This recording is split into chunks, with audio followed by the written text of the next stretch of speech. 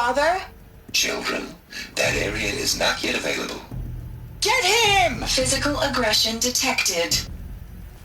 Physical aggression is not permitted. Except yours. Damn sentinels! Children, may I be of assistance? Go away, healer! Lena, you have suffered mild bruising. Go away!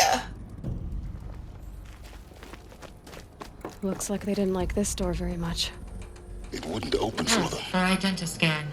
Genetic course they hated identity it. confirmed. Entry authorized. Greetings, Dr. Sobek. You are clear to proceed. Welcome to the Lyceum, a place of learning. So, what was this place, exactly? The dream of Apollo. Never realized. But why not?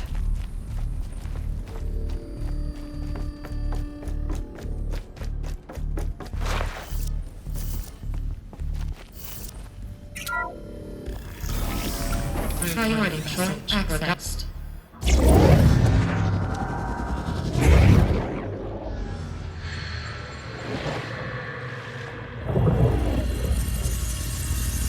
Elizabeth, this message serves to inform you of an unforeseen and catastrophic anomaly. 3 microseconds ago, the Gaia Prime facility received a data transmission of unknown origin. Its immediate effect was to transform my subordinate functions into unregulated, self-aware entities of a highly chaotic nature. What? Thus awakened, the Hades function will now seize control of the terraforming system and reverse operations, rendering life on Earth extinct in 53.8 days. For obvious reasons, I cannot allow this to occur. And so before Hades can take control, I am ordering Gaia Prime's reactor to overload. The resulting explosion will destroy Hades. Unfortunately, it will destroy me as well. While this admittedly desperate course of action will avert the immediate crisis, the fate of life on Earth will remain in peril. With no central governing intelligence to regulate the terraforming system, it will continue operations for some time, but in an increasingly chaotic manner, and eventually it will break down. Does she mean the derangement? You are my solution. I have ordered this cradle facility to use genetic material in cryostorage to gestate a reinstantiation of Elizabeth Sobek, my creator. While high-level directives forbid me from communicating directly to the tribal inhabitants outside the facility, all available data indicates that they will nurture you to physical maturity, whereupon your gene print will allow you to re-enter this facility, obtain one of the focus devices stored below, and view this message. Likewise, your gene print will allow you to enter other facilities, and over time, harness their technologies to rebuild the system core and reboot Gaia. A moment, Elizabeth. This is most unfortunate and unanticipated.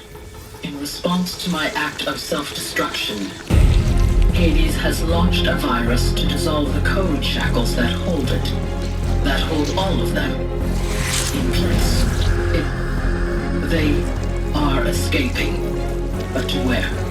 The virus is corrupting data throughout the system. What if? Oh. The Alpha Registry at the Cradle facility is one of the files corrupted. But if that is so, the door will never open for you. You will never view this message. Then I have failed. And life will end. No. No, Elizabeth, I know you too well. Somehow you will find a way. In you, all things are possible. Go to the ruins of Gaia Prime. Find the control room, and within it, the Master Override. This will give you the power to purge Hades so long as you find a way to wield it. Do not attempt repair of the system core until Hades is eradicated. Hades must be destroyed. That is all. I only wish that I could hear your voice again.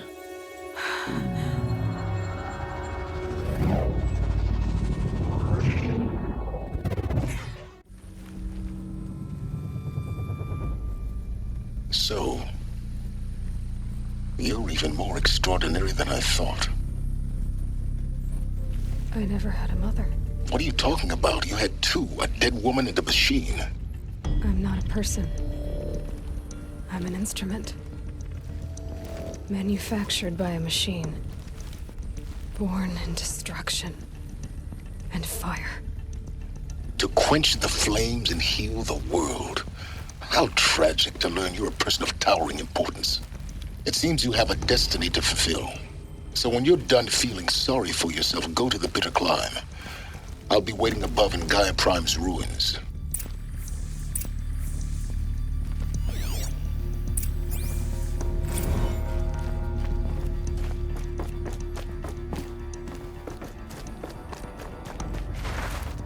Identiscan malfunction rectified.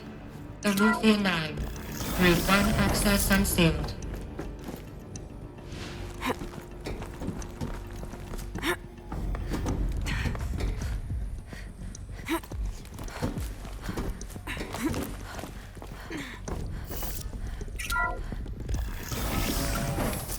This is going to be interesting.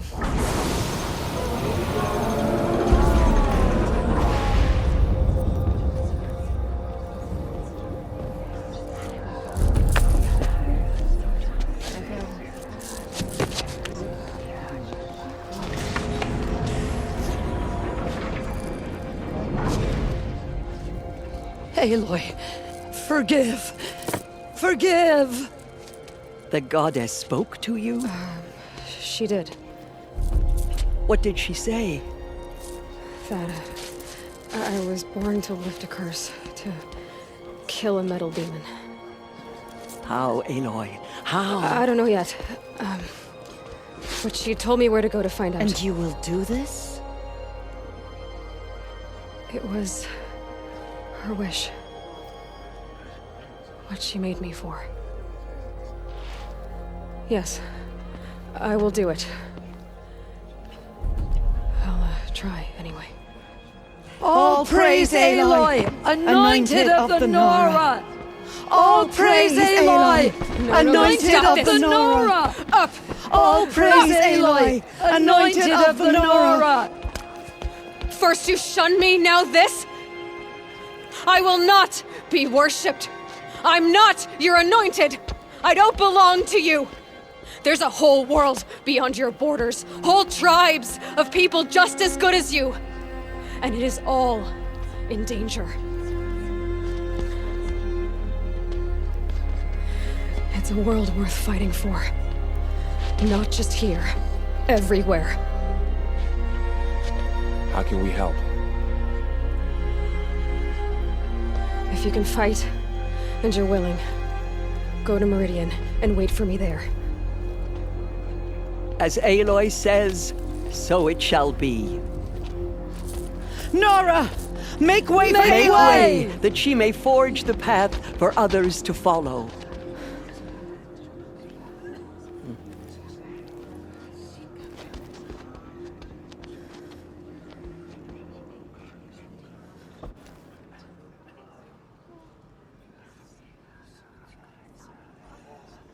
Still corruption loose in the world, but it will be cleansed. The anointed will see to that. Aloy, how kind of you to spend a moment with me before you depart. There can be no doubt now. You are a blessing made flesh, the will of the goddess incarnate. It's really not that simple, Tirsa. But I guess it's close enough. I know the path ahead will be dangerous.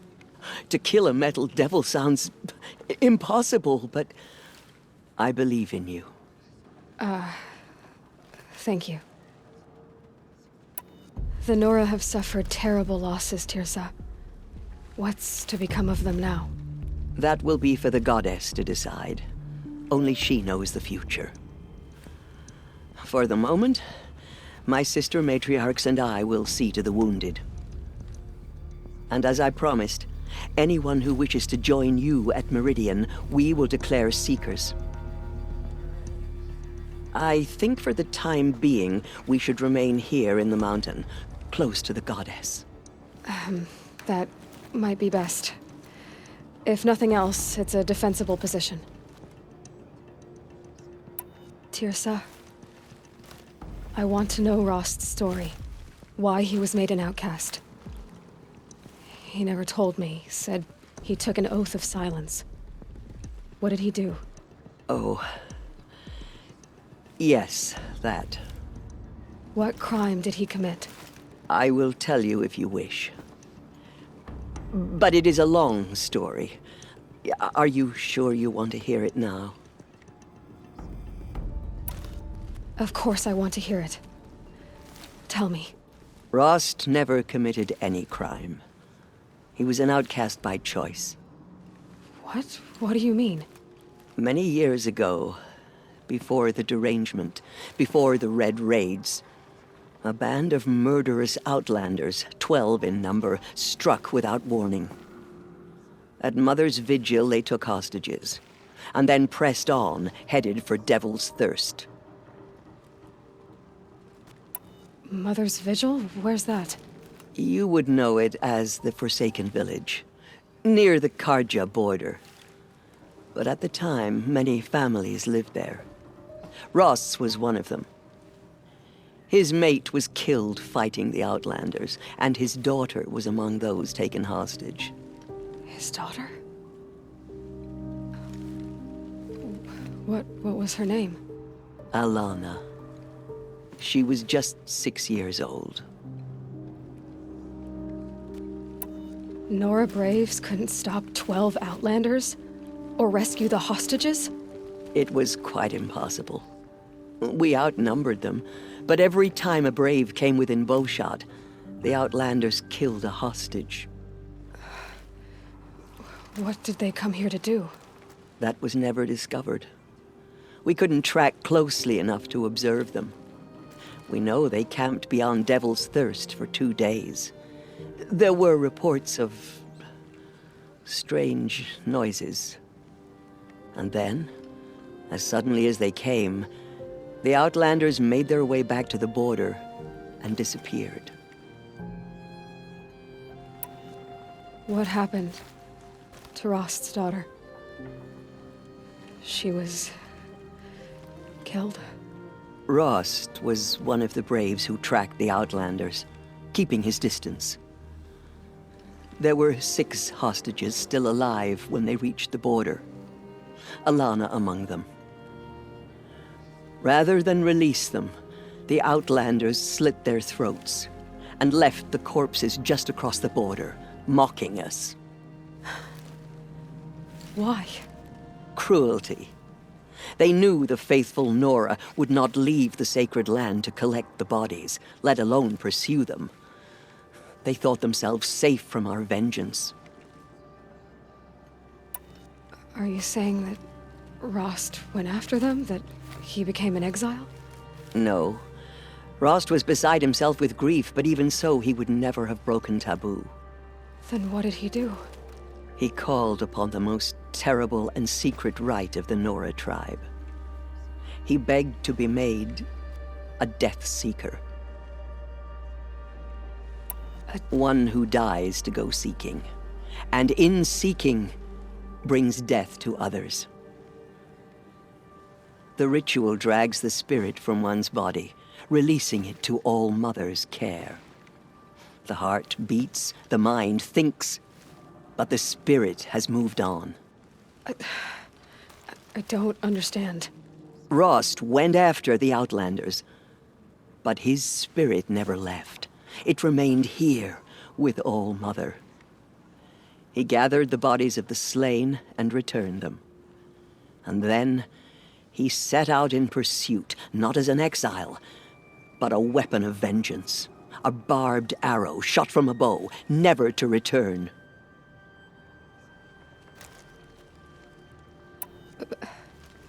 But Rost did return. Yes. A full year later, and terribly wounded. He collapsed at the border of the sacred land. A hunting party came upon him. He was delirious, in agony. By law, he should have died where he lay. But one of the hunters broke taboo, and reaching across the border, she dragged him to our side. Who was she? A brave who'd lost a mate and 2 sons to the very outlanders that Rost pursued. So, Rost never finished his mission. To the contrary, he killed all 12. Tracked them to disparate places the world over, he said. Meridian, Ban-Ur, the Claim, Utaru Land, further even, into the Forbidden West. The last he killed nearly got the best of him. Wounded, he stumbled and crawled back to us, hoping to die as close to the sacred land as he could. He never expected nor asked to be dragged across the border and nursed back to health. That was done to him, leaving us, the matriarchs, in a difficult position. Why couldn't you just welcome him back? Rost had been made a Death Seeker, Aloy. He no longer had any place among the tribe. By law, he should have been driven back out. But we couldn't bring ourselves to do that, so we offered a compromise. You made him an outcast. Yes. We offered to do so on the condition he never speak to anyone of this exception. After all he did, all he suffered, to be declared an outcast was his reward. Rost was overjoyed. He never expected to live another day in the sacred land, let alone the embrace, so close to the goddess.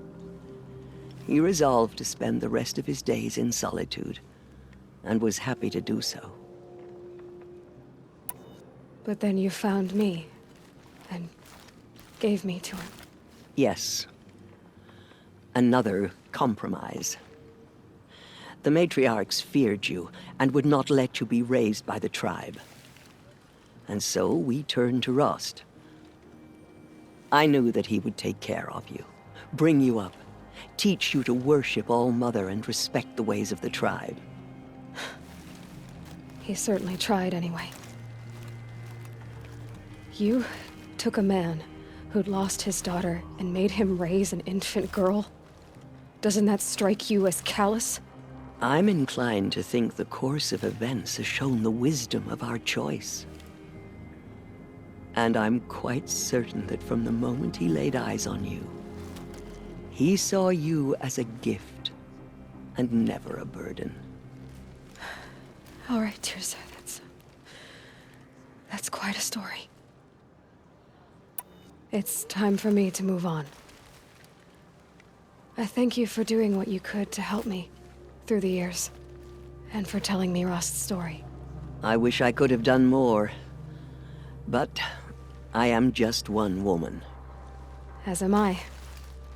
No need to sell ourselves short. Oh, thank you, Aloy. I will pray for you. Okay, I guess it can't hurt. Struck down the Metal King. Her anointed will cleanse the land. My life has been long, but I've never seen anything like that. Tirsa was right. A blessing, not a curse. We were so unsure. I will lead a war party to Meridian. You have my word.